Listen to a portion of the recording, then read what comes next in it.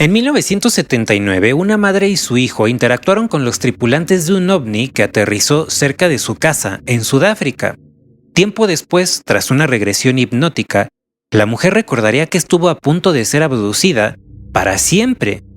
Este caso ilustra que rara vez los investigadores del fenómeno no humano se ponen de acuerdo sobre si un caso sí sucedió o no. Acompáñenme a conocer el incidente de Mindalore. La protagonista de esta historia se llamaba Megan Quezet. Megan estaba en sus 30s. Ella había estudiado enfermería y ahora se dedicaba a ser ama de casa. Megan tenía 2 hijos. El mayor de ellos se llamaba André. Del más pequeño no tenemos un nombre y de ninguno de los dos contamos siquiera con el rango de edades que tenían en aquel momento. Megan estaba casada con Paul, pero por algunos detalles que vamos a ver más adelante podemos sospechar que el matrimonio no estaba pasando por su mejor momento. La familia vivía en Mindalore, que es de donde se deriva el nombre de este incidente. Mindalore es una pequeña comunidad al oeste de Johannesburgo, en Sudáfrica. La familia vivía en el número 14 de la calle Saul Jacobs. Esta calle y esta zona se encuentran ya en las orillas del área urbana. La calle Saul Jacobs termina justo en la esquina de la cuadra donde vivían los Quezet.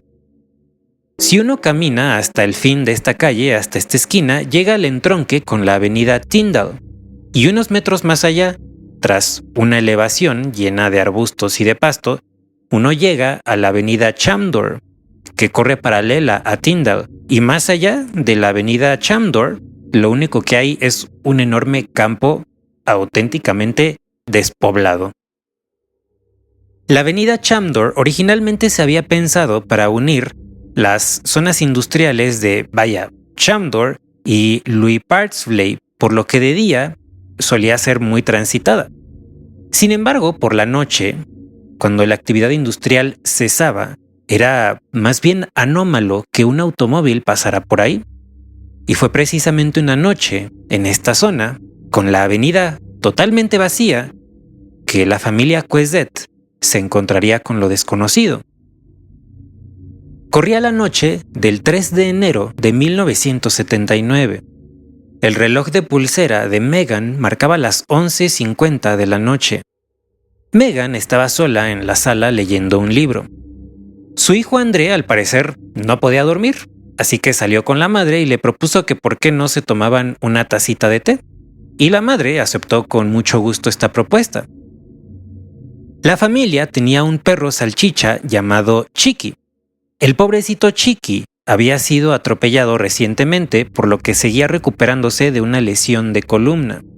Además, tenía la mala costumbre de ladrar hasta que generaba un auténtico concierto de perros con todos los demás animales de la calle. Así que mientras André estaba preparando el té, Megan escuchó a Chiqui ladrando en la distancia. Esto significaba que el mendigo perro travieso ya se había salido de la reja y andaba por allá afuera.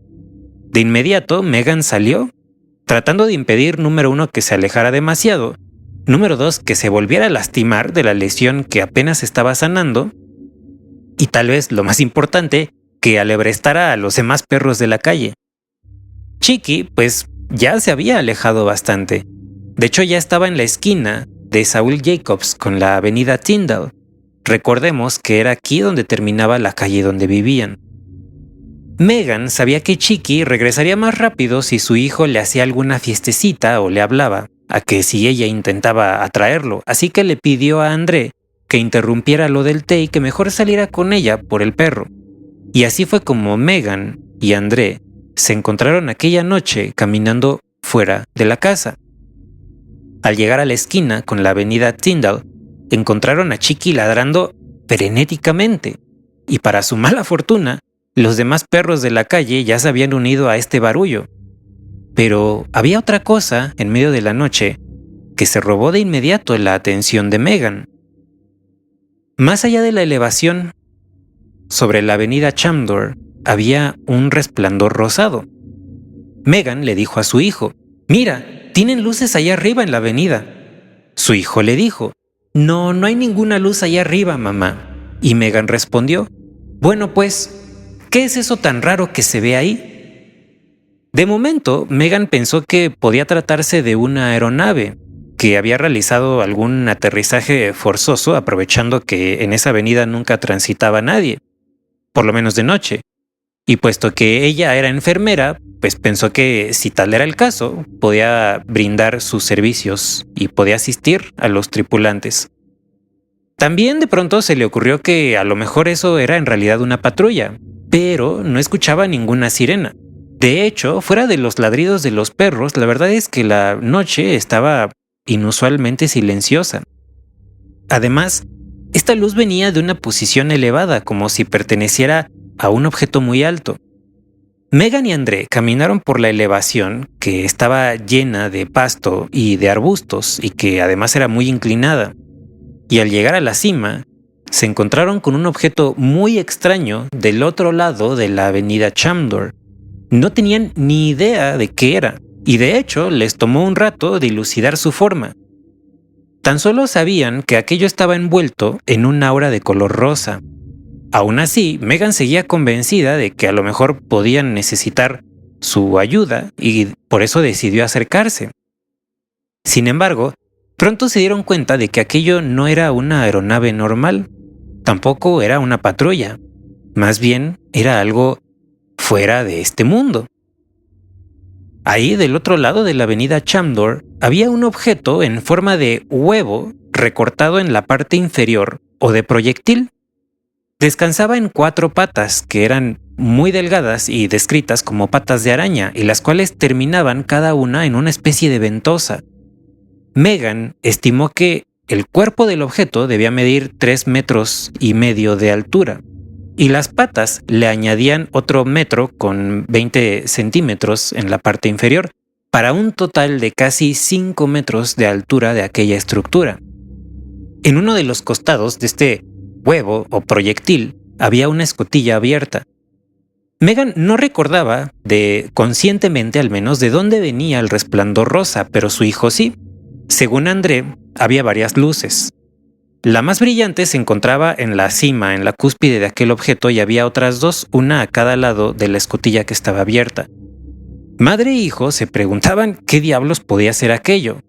Pensaron que tal vez se trataba de alguna clase de aeronave experimental, y de hecho hablaban en voz baja, como si no quisieran ser escuchados. ¿Escuchados por quién? Pues no sabían. De pronto, 5 o 6 tripulantes descendieron de aquella nave.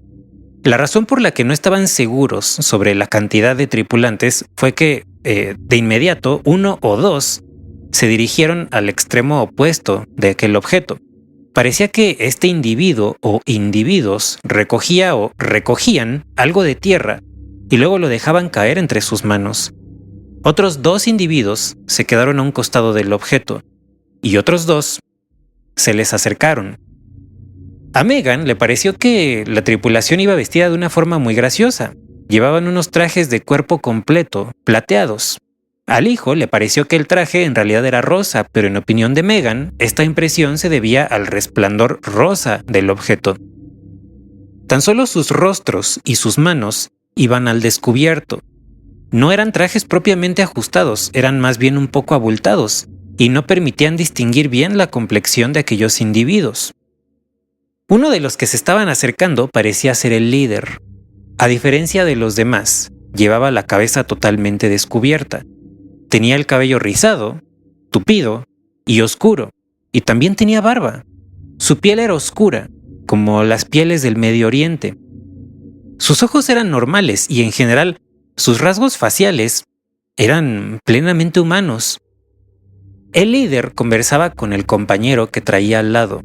Hablaban en un idioma que se parecía al chino, pero digamos pronunciado con un tono de voz muy agudo. Ahora, madre e hijo aclaran que no era chino, solamente se le parecía. El líder soltaba unas frases melodiosas, pero cuyas palabras no eran inteligibles para los testigos, y su acompañante le respondía en monosílabos. De inmediato se hizo evidente que este par los había visto, pues se acercaron hasta estar a menos de 2 metros de distancia. En ese momento el acompañante dio un paso para atrás, como cediendo la conversación al líder. Megan medía 1,70 m de altura y los tripulantes le llegaban a la barbilla, así que calculó que no debían pasar el 1,60 m de altura. El líder tenía la mirada fija en los ojos de Megan. Hizo una profunda reverencia hasta llegar a la altura de la cintura. Y cuando se reincorporó dijo algo. Fueron 3 sílabas en un idioma desconocido. Con una risa nerviosa, Megan le dijo «Hola». Pero en ese momento su intuición también le dijo que algo no andaba bien. Así que Megan le dijo a André que corriera a casa y que trajera a su padre de inmediato, que en ese momento ya tenía que estar dormido. André obedeció y salió corriendo a toda velocidad despavorido de ahí. Megan se quedó unos instantes frente a los tripulantes viendo cómo entre ellos conversaban en monosílabos. En todo este rato, el líder nunca interrumpió el contacto visual con ella. Parecía que había un corte en sus memorias, pues lo siguiente que recordaba era que la tripulación ingresaba a la nave. Brincaban hacia la escotilla, que recordemos se encontraba a más de 1 metro de altura por la longitud de las patas, pero ingresaban a través de esta escotilla sin esfuerzo. Era un poco como si levitaran tal vez. Megan no vio que se cerrara la escotilla. Más bien, de pronto, de un momento a otro, ya se había materializado una puerta frente a ella. Segundos después, la nave comenzó a emitir un sonido. Lo más cercano que podía describir Megan era el zumbido de un panal de abejas. A medida que la nave se elevaba, las patas se alargaban de modo que no se despegaban tampoco del suelo. Y esto continuó hasta que las patas alcanzaron el triple de longitud de su tamaño inicial. Llegado a este punto, las patas ahora sí comenzaron a retraerse una vez que comenzaron a despegarse del suelo. Y la nave comenzó a elevarse, digamos, a desplazarse por el aire un poco hacia la izquierda de donde estaba Megan. André, quien se encontraba bajando la elevación, se detuvo en el momento en el que escuchó este zumbido y decidió regresar con su madre para asegurarse de que ésta estuviera bien. Y ahí, junto a Megan, los dos vieron aquel espectáculo tan desconcertante. Megan dio unos pasos para atrás un poco asustada porque, nosotros ya sabemos que ella va a estar bien, pero en ese momento ella no sabía qué podía pasar a continuación. Fue entonces que la nave despegó hacia el cielo. A diferencia de otros relatos ufológicos, la nave no desapareció en un parpadeo. Tardó unos 30 segundos en alejarse hasta ingresar entre las nubes. Y cuando estuvo entre ellas, todavía las iluminó con este resplandor rosado a medida que ahora sí terminaba de desaparecer rumbo a la atmósfera. La madre y su hijo se quedaron ahí un rato intentando dilucidar de qué se trataba aquello que habían visto. Cuando regresaban a casa, Megan se dio cuenta de que durante aquella experiencia ella había sentido la boca muy seca. Y una vez dentro de su hogar, pensó en despertar a su marido para contarle lo que había sucedido, pero por algún motivo decidió no hacerlo. Al día siguiente, cuando Paul ya se había retirado y estaba en el trabajo, el hijo André le marcó para decirle lo que había pasado la noche anterior. Hizo énfasis en que su madre también había estado ahí y también había visto aquello. Y fue entonces que el marido sugirió que contactaran al periódico. No logré rastrear una nota periodística donde se hablara al respecto, pero al parecer, tras la atención mediática, el caso fue atraído por un tal Frank Morton. Este Frank era investigador del NICAP, que en español significa Comité Nacional de Investigación de Fenómenos Aéreos, y resultaba ser el corresponsal en Sudáfrica. Frank, tras su investigación, desestimó el caso y dijo que se trataba de un fraude. Sus razones para hacerlo fueron las siguientes. Número 1, dijo que los vecinos de Megan la tenían por una mujer sumamente imaginativa.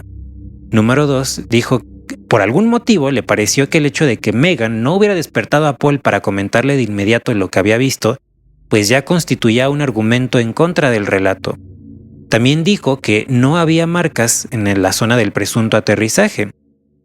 Y finalmente decía que Megan se rehusaba a tomar una prueba de polígrafo, es decir, un detector de mentiras, y también se rehusaba a pasar por una sesión de hipnosis.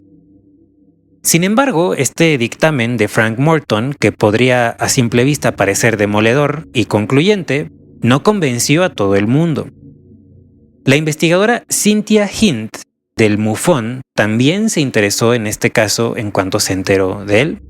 En sus primeras conversaciones con Megan, tuvo la oportunidad de aclarar varios de los puntos que, según Frank Morton, automáticamente descartaban este caso. Megan le facilitó los datos de su dirección y le facilitó los datos de, digamos, cómo podía adquirir la investigadora más información. Y esta dijo que no pudo dar con un solo vecino que respaldara lo que Frank Morton había reportado sobre que Megan era una mujer muy imaginativa. Además, cuando le preguntó por qué no había despertado a su marido Paul para contarle lo que había pasado en cuanto pasó, Megan le dijo que Paul sufría de insomnio y de otros malestares de salud, por lo que la mujer procuraba que el marido durmiera lo mejor que podía. Además, ese día había tenido una jornada muy exhaustiva en el trabajo y al día siguiente le tocaba otra igual. Y, por si fuera poco, a la investigadora le dio la sensación de que el matrimonio no tenía una muy buena comunicación. Cuando le preguntó por el detector de mentiras, por la prueba de polígrafo, Megan dijo que sí aceptaba. Su prueba ocurrió el 11 de enero, sin embargo no encontré información que indicara que sí había pasado la prueba. Ahora, tampoco encontré información que indicara que no la pasó. Cuando la investigadora le mencionó la hipnosis, Megan dijo que no había aceptado de momento porque no le daba mucha desconfianza. Dijo: cosas suceden durante la hipnosis. El terapeuta podría preguntarme qué pasó cuando entré a la nave y podría sugerirme cosas que yo sé que no hice. No sé ustedes, pero a mí esta me suena a una reticencia completamente razonable. Y es que además parece, por lo que comenta Megan, que ella ya estaba al tanto de que las sesiones de hipnosis pueden generar recuerdos falsos. El caso es que la investigadora Cynthia Hint vivía en Zimbabue, por lo que fue un poco difícil coordinarse con Megan para la hipnosis.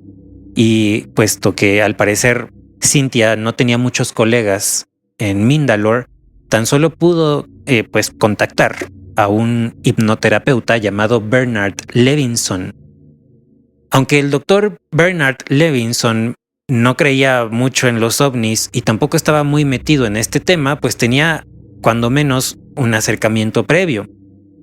El doctor había trabajado en el caso de 4 muchachos y su avistamiento en la reserva Groendahl en 1978, es decir, apenas un año antes. Rápidamente, si estás disfrutando este relato, recuerda activar la campanita de notificación, así no te pierdes ni un solo estreno, y le dices a YouTube que recomiende más mi contenido a otras personas. De verdad, muchas gracias por tu apoyo. Tras un poco de persuasión por parte de la investigadora, el 21 de junio de aquel año por fin se concretó la sesión de hipnosis. En la descripción del video les voy a dejar la transcripción completa que apareció en la revista MUFON Journal. Pero mientras veamos los detalles más relevantes que emergieron durante esta sesión. Megan comenzó recordando que caminó hacia aquella extraña luz acompañada de su hijo. Era un resplandor rosado. Dijo que no era un avión ordinario, era más bien una cosa graciosa, y tenía la luz en la parte superior. «Mira, André, mira», le dijo a su hijo mientras los tripulantes descendían de la nave. Ellos también iban vestidos de una forma graciosa. Algunos se alejaban y se agachaban junto a la nave y luego se volvían a reincorporar.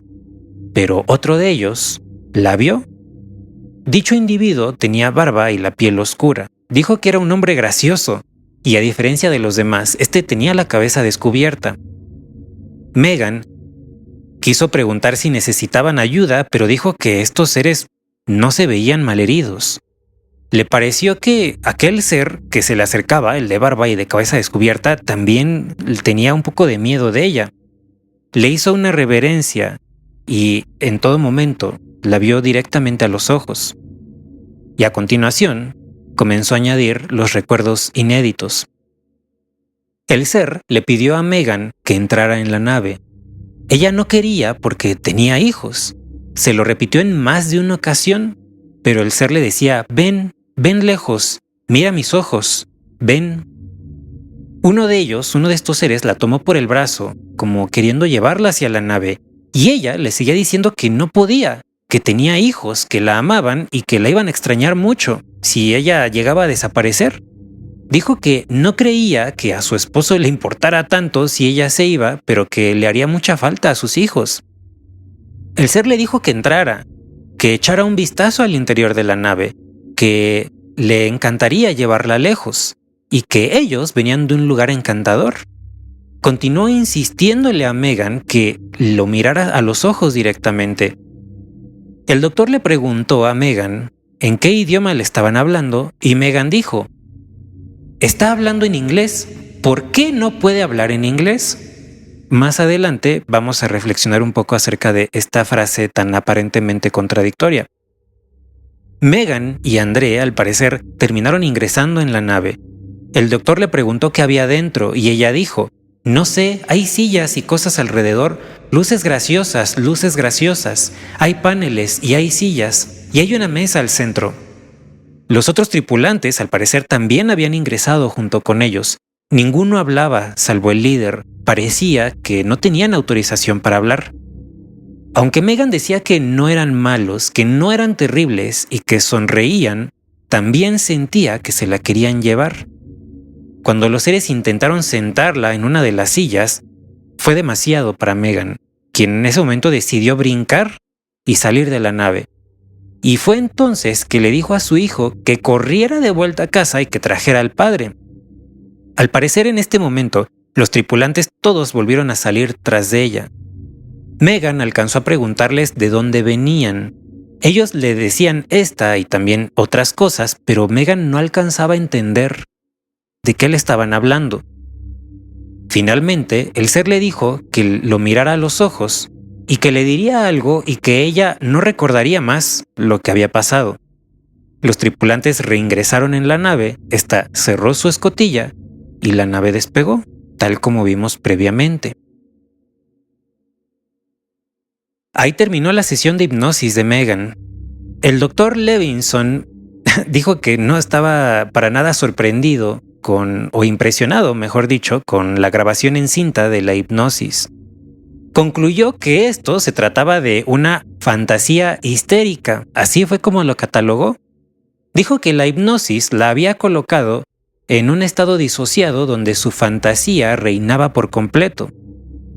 Dijo, además, que el relato de Megan había estado influenciado por una película que ella recién había visto, antes de la hipnosis, que era Encuentros cercanos del tercer tipo de Steven Spielberg. Y también dijo que no sabía si ella y el hijo estaban jugando un juego de fantasía donde veían lo que querían ver y escuchaban lo que querían escuchar. Por su parte, la investigadora Cynthia Hind dijo no aceptar las conclusiones del Dr. Levinson. Según Cynthia, si Megan y su hijo se lo hubieran inventado todo, entonces sus relatos tendrían que haber sido completamente coincidentes. No, en teoría, no debería haber habido discrepancias. Pero recordemos que sí las hubo. Por ejemplo, Megan no recordaba haber visto la fuente del resplandor rosa. Tampoco recordaba que uno de los tripulantes hubiera sostenido tierra y luego lo hubiera dejado caer entre sus dedos. Tampoco recordaba lo que el líder había dicho después de hacer la reverencia tan profunda.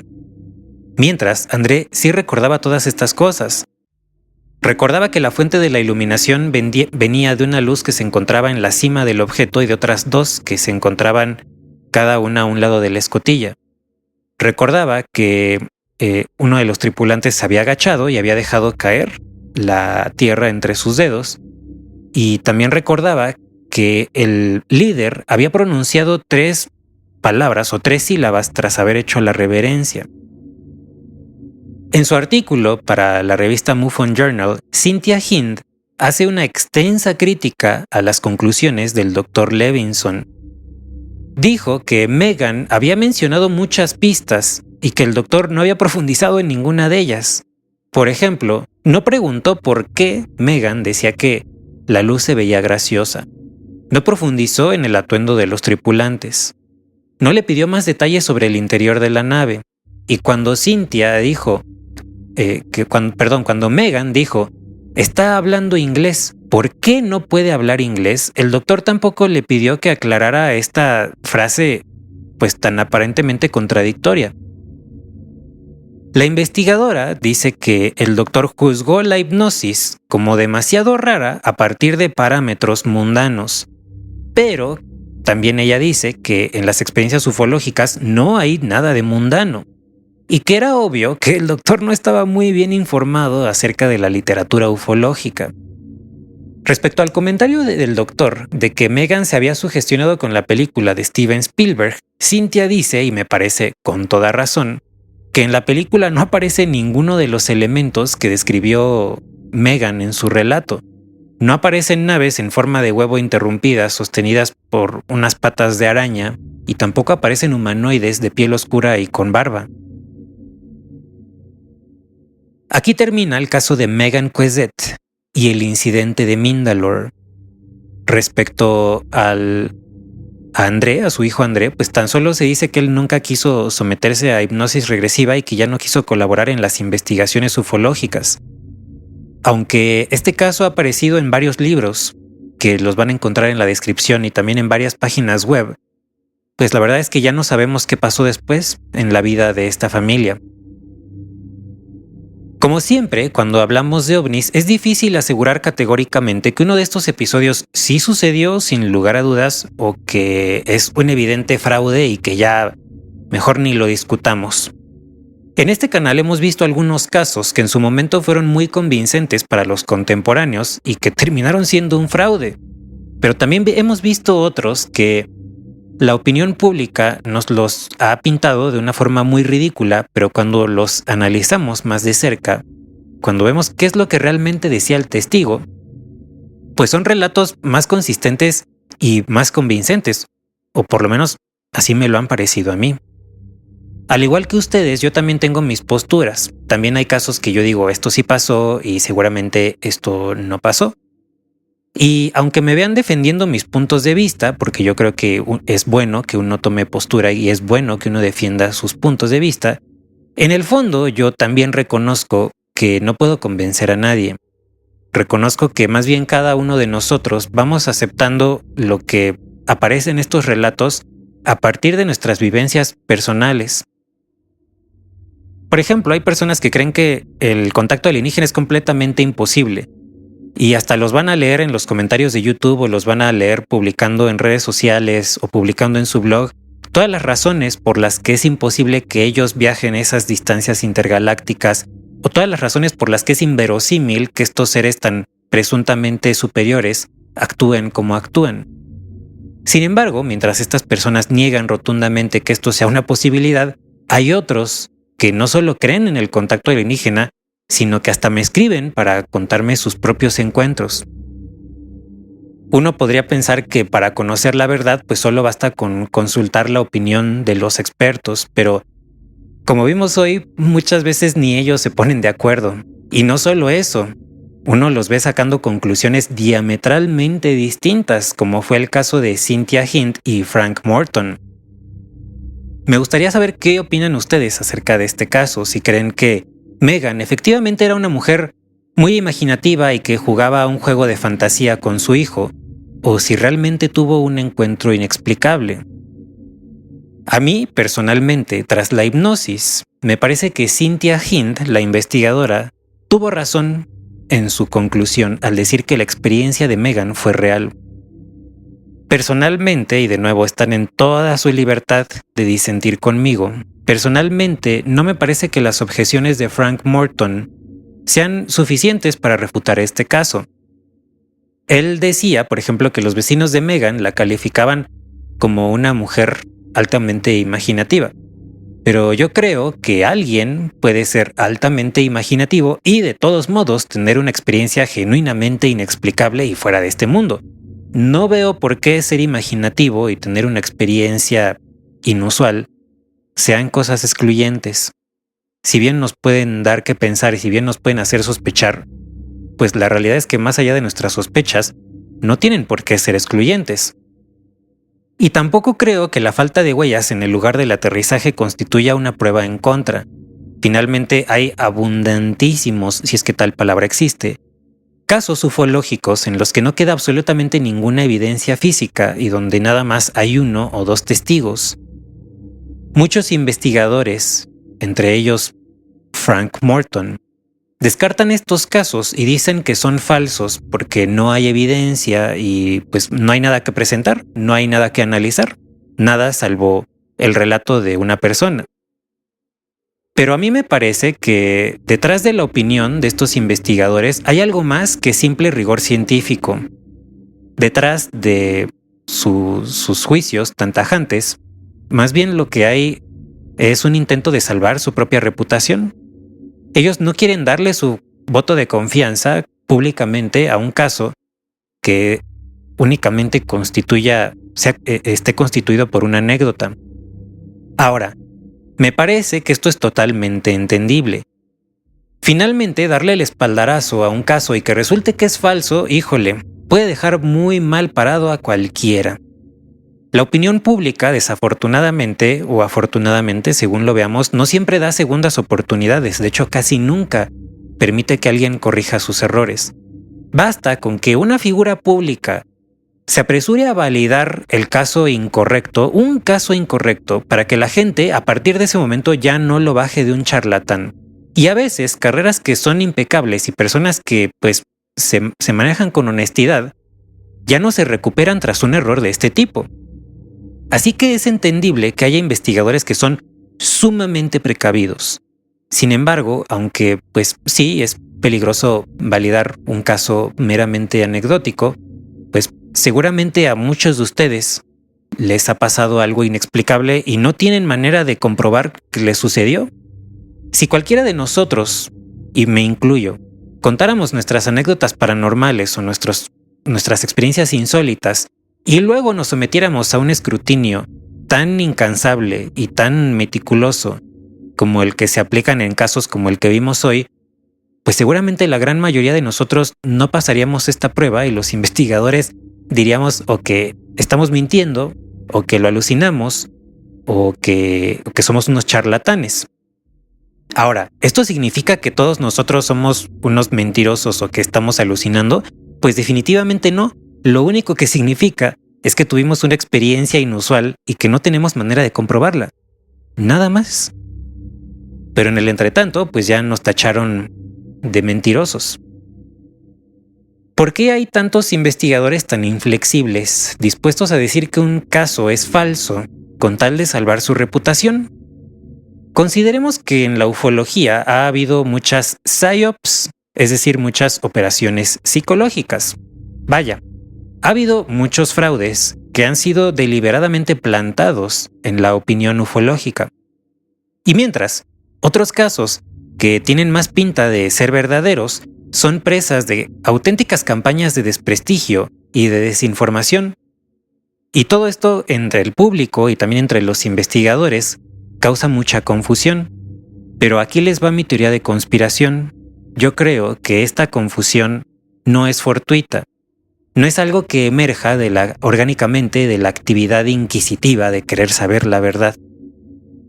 El objetivo de las PSYOPs, creo yo, me parece un poco evidente, es que su objetivo ha sido desestabilizar a la comunidad ufológica, generar polémica y discordia tanto en los investigadores como entre los aficionados, y todo esto con el fin de que ya no podamos reconocer la verdad. El objetivo es que la gente se canse de no tener respuestas claras, de ya no saber distinguir qué caso sí es verdadero y cuál no, qué video es inteligencia artificial y cuál verdaderamente lo grabó alguien.